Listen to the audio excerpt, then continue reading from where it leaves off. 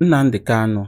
And that's na ejiri aka n'iti nwatakịrị ihe ewere aka ekpe Google mana a ga-etigodi n'ihe ihe. If there is a judicial procedure, we cannot continue to be a banana republic. Okwu a na-agbara ọsọ bụ mmadụ ga-ekwu ya. Movement for the actualization of sovereign state of Biafra, MASOB. Ojukwu took that decision to salvage ndị Igbo. At the end of the day, we lost both in human and material.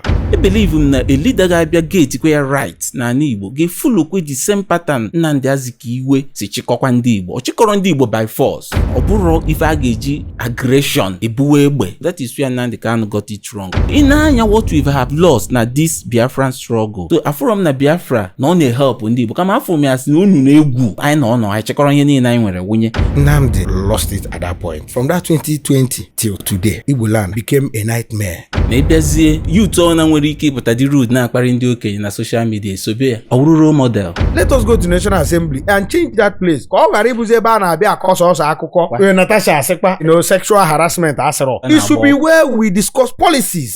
We need the right thinking persons to step up. Let us take back our society. By January to March, people will pay their tax properly. So when you have paid 500,000, depending on your earning capacity, on election day somebody will come to you with 10,000. Won't you slap the person?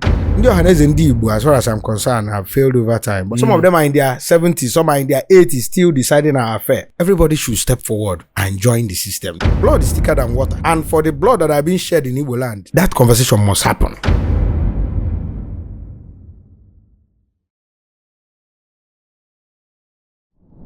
Agitation for Biafra, what do you have to say? Has it helped us as Ndi Igbo or has it destroyed us? Biafra was a child of necessity. Ndị Igbo anọkọta asị na ha chọọ Biafra. Na ife eme ede ji be enwe.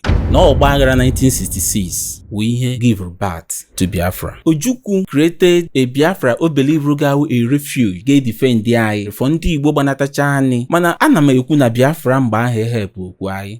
Mfu na ọgwụ na follow okwen pattern Zik na ọ karịkara anyị mma. Maka Zik was calling for dialogue. So some of those countries recognize Biafra then okwe for to Zik. Ọwụ na ya pụtara n'ụzi ọgụ si ngwa ka anụa. Agara egbu anyị 3 million. Ọ bụrụ ịbanya chọwa Biafra ka anyị na ndị anụwa ọgụ. Ọfụ na ọgụ ahụ ama efevo. Ọgụ ahụ efevo bụkwa anyị. Let me tell you what we lost. Nje sị na Biafra adịbe favorable to us. Before, onye Igbo enwere need ije gawa Lagos ya na establish azụ ahịa. Port Harcourt was our own Lagos. Isi odo si na some families were wiped out. It is true. So in anya what we have lost na this Biafran struggle. So afọrọ m na Biafra na ọ na-help ndị Igbo kama afọ m asị na unu na-egwu anyị bịa anyị anyị chekọrọ ihe niile anyị nwere wunye. Site atụ m anyị na-eme. A lot of things anyị ji Biafra ahụ na-ekotere onwe anyị bụ arụ ka ọ na-agha anyị. So anyị kwesịrị inemi anya mara ma ụzọ anyị kwesịrị isi.